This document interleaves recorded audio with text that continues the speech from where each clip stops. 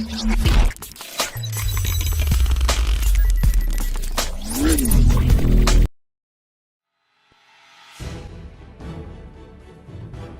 سألت الشعب الجزائري كم مرة تم نقل الرئيس عبد العزيز بوتفليقة إلى فرنسا للعلاج منذ إصابته بجلطة دماغية سنة 2013، سيقولون عشرات المرات، ومنهم من يضيف إنه غالبا مما يتوجه إلى غرونبل الفرنسية أو المستشفى العسكري فال دغراس شمال باريس أو مصحات أخرى بسويسرا.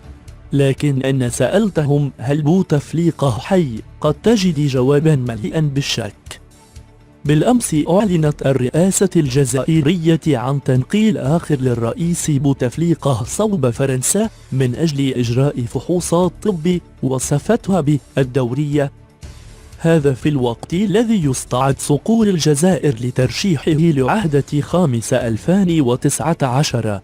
لكن في ظل هذه الأخبار تروج أنباء من داخل الجزائر تقول إن بوتفليقة فارق الحياة أمس الخميس عنص يناهز 79 سنة، وأن قصر المرادية يقوم وسط تكتم شديد بإعداد الخلف لتدبير مرحلة ما بعد عبد العزيز، غير أنه لوقف سيل مثل هذه الأخبار التي لا تجد من يؤكدها أو ينفيها. اعتمدت بعض الجرائد المحسوبة على المؤسسة العسكرية في الرد على مثل هذه الأنباء بنشر أخبار تقول إن بوتفليقة وصل أمس الاثنين إلى غرونبل في حدود 5 مساء إلى العيادة التي ألف زيارتها من أجل لقاء طبيبه الخاص جاك مونسيغو المتخصص في أمراض القلب، مضيفا أن الرئيس قد يمكث هناك عدة أيام. لا تنسى الاشتراك على قناتنا لكي يصلك كل جديد. شكرا لمتابعتك، إلى لقاء قريب.